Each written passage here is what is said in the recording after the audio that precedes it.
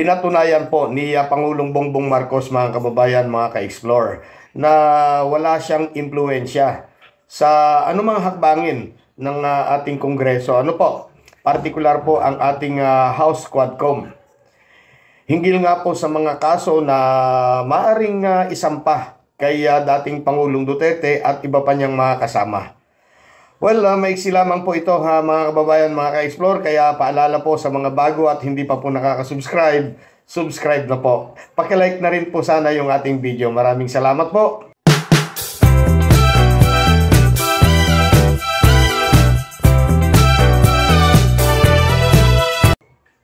Noon, ang sabi po nitong mga anti-Marcos, tumbukin na natin. Ito pong grupo po ng mga Duterte, may impluensya daw po si PBBM dito sa Quadcom. Kaya nga po, ang lagi nilang sinasabi, ginigipit daw itong mga Duterte, Well, ang totoo po niyan, tungkulin naman po naman ng Kamara ang mangbusisi at mag-imbestiga. Pero yan po ay in aid of legislation, kung tawagin nga nila. At kung ano man po ang findings sa kanilang mga ginagawang mga investigasyon, sila na rin po ang nakakaalam sa mga gagawing rekomendasyon. Ganun po yan, mga kababayan.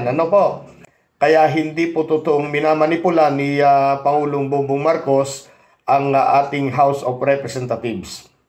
Katunayan nga po, kung matatandaan po ninyo, hindi nga po pinaboran ni PBBM ang impeachment laban po kay Vice President Inday Sara. Na kahit nanawagan pa po ang ating presidente na wag na pong bigyang pansin yan, hindi po ito pinakinggan o hindi po ito sinunod ng Kongreso. At dito pinapakita lamang ni PBBM na hindi niya talaga sinasaklawan ang anumang mga hakbangin nitong ating House of Representatives, partikular po ang Quadcom. Pakinggan natin ang balita. Ipauubaya na lang ni Pangulong Ferdinand Marcos Jr. sa Department of Justice kung ano ang gagawin sa rekomendasyon ng House Quadruple Committee na kasuhan sina dating Pangulong Rodrigo Duterte kaugnay ng War on Drugs campaign. Sinabi ni PBBM na DOJ na ang bahalang tumingin at tumimbang sa bigat ng nakuhang testimonya sa 13 pagdinig ng komite. Tiwala naman anya siya sa kakayahan ng ahensya na gumawa ng tamang desisyon sa usapin.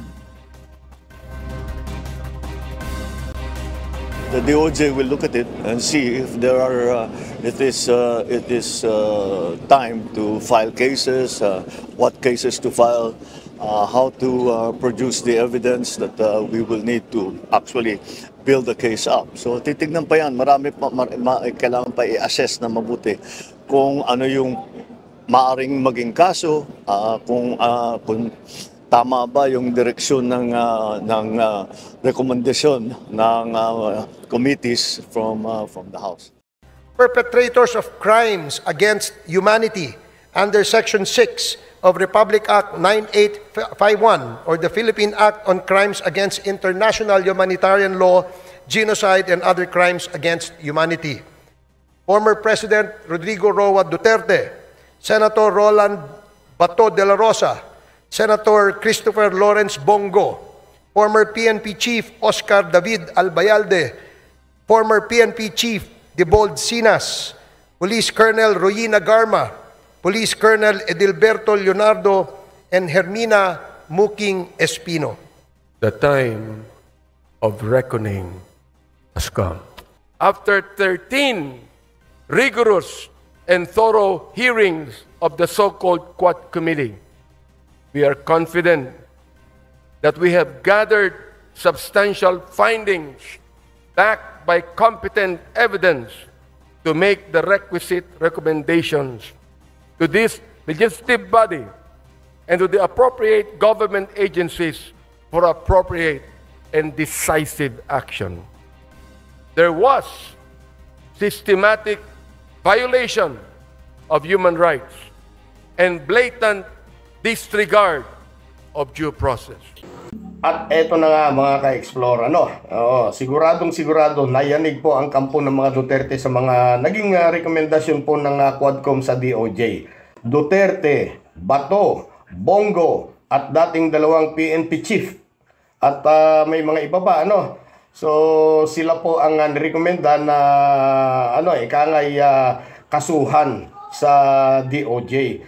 So abangan na lang po natin mga kababayan, mga ka-explore, ang mga susunod pang maging hakbangin po ng ating Department of Justice naman patungkol sa mga rekomendasyon na yan ng Quadcom. Pero ang sigurado ako diyan, nanlalamig na po ang mga batok nitong mga napangalanan. Sige. Maraming salamat po. Abangan natin yung mga susunod na mangyayari. Salamat po muli sa panonood.